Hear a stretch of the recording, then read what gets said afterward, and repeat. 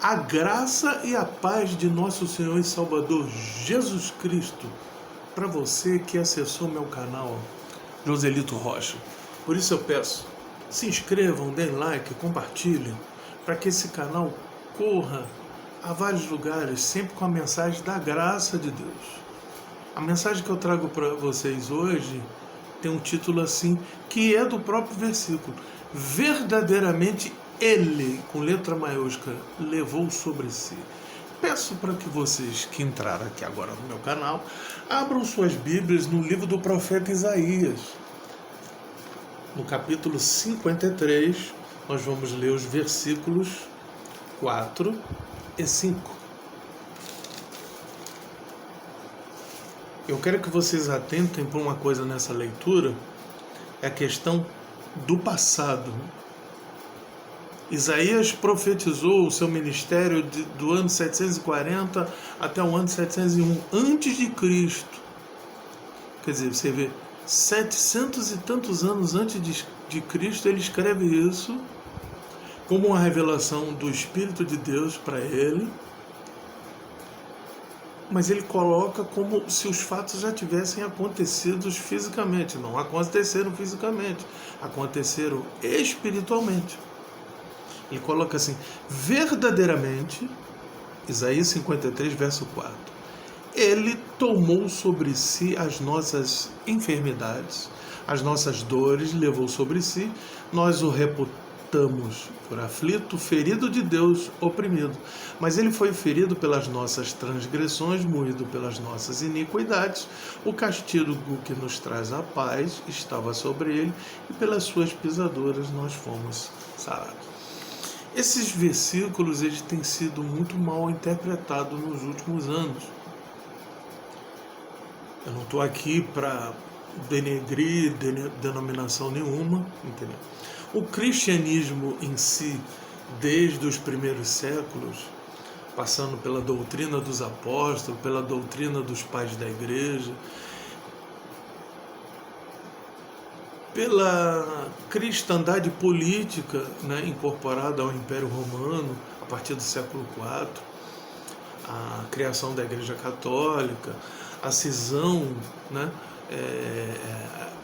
o cisma, a separação das igrejas orientais de Roma, as igrejas ortodoxas, a cisão, eu cismei com essa palavra cisão, o cisma do protestantismo na Idade Média do século XVI, por Martinho Lutero, e depois os pós-protestantes, né?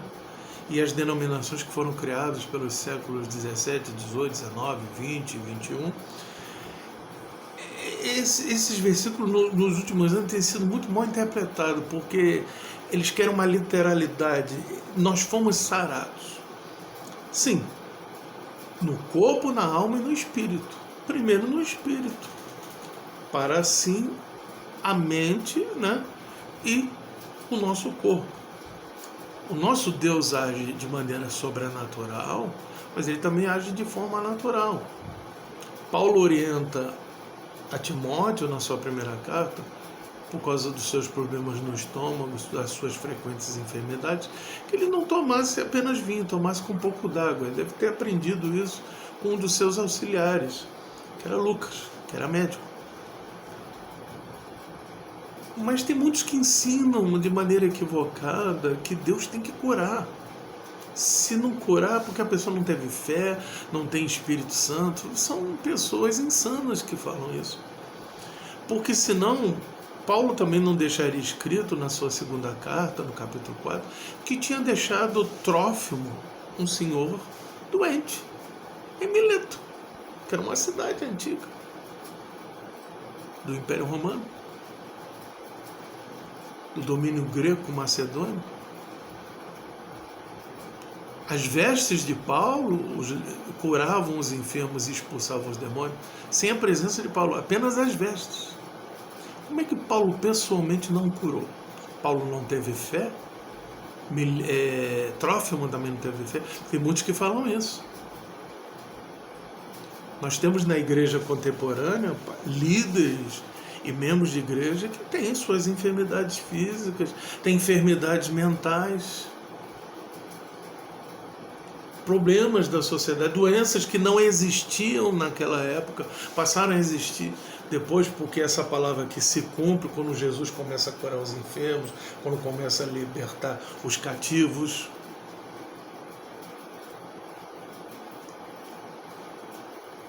Só que você pode ver que a operação dos apóstolos, apesar que a sombra de Pedro curava os enfermos, as operações dos apóstolos era mais a pregação da palavra. Então é para desenvolver a fé, o conhecimento da fé. Conhecereis a verdade vos libertará de tudo.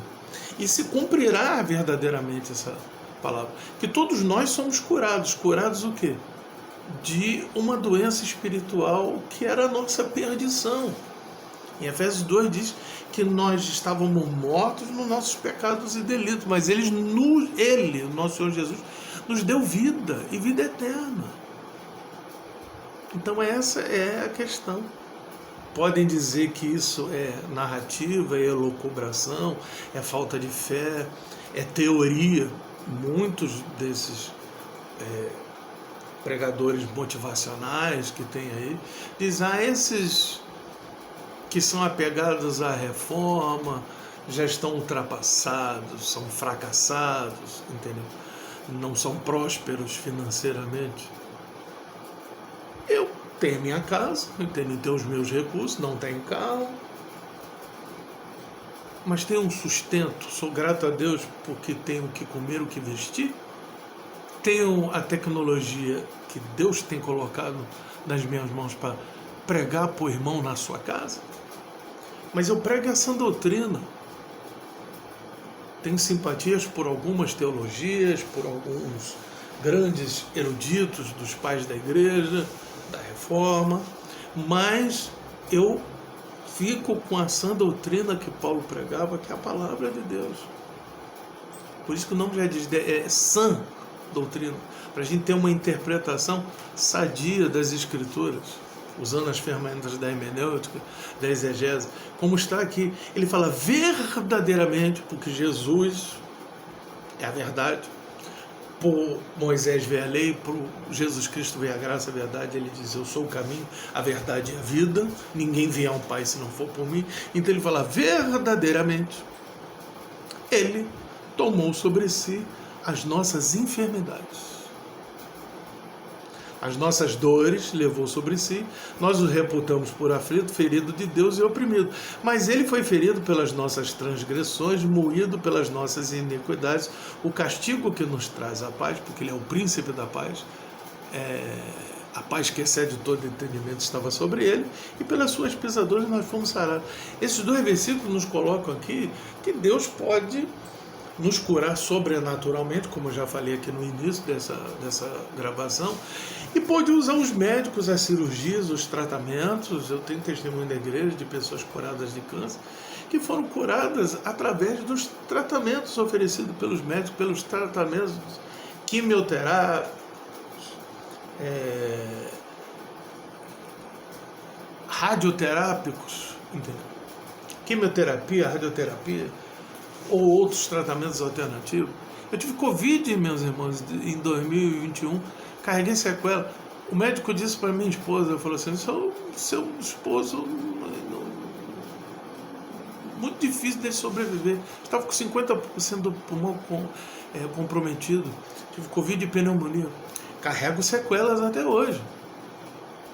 Tomei as vacinas, porque eu não sou daquele crente evangélico anti-vacina, como tem alguns aí, porque tem uns insanos que falam que a vacina é a marca da besta, né? Eu não, eu tomo a vacina, eu tenho a fé em Deus, entendeu? E a questão da marca da besta é uma coisa consciente, não é uma coisa que a pessoa botou, não sabe que está sendo colocado ali. Não é assim não. E a marca da besta, para mim, não é uma coisa física, é uma coisa espiritual, nas mãos e na testa, como um sinal daqueles que vão negar a Cristo na época da grande tribulação. Nós vamos ter o sinal de Deus.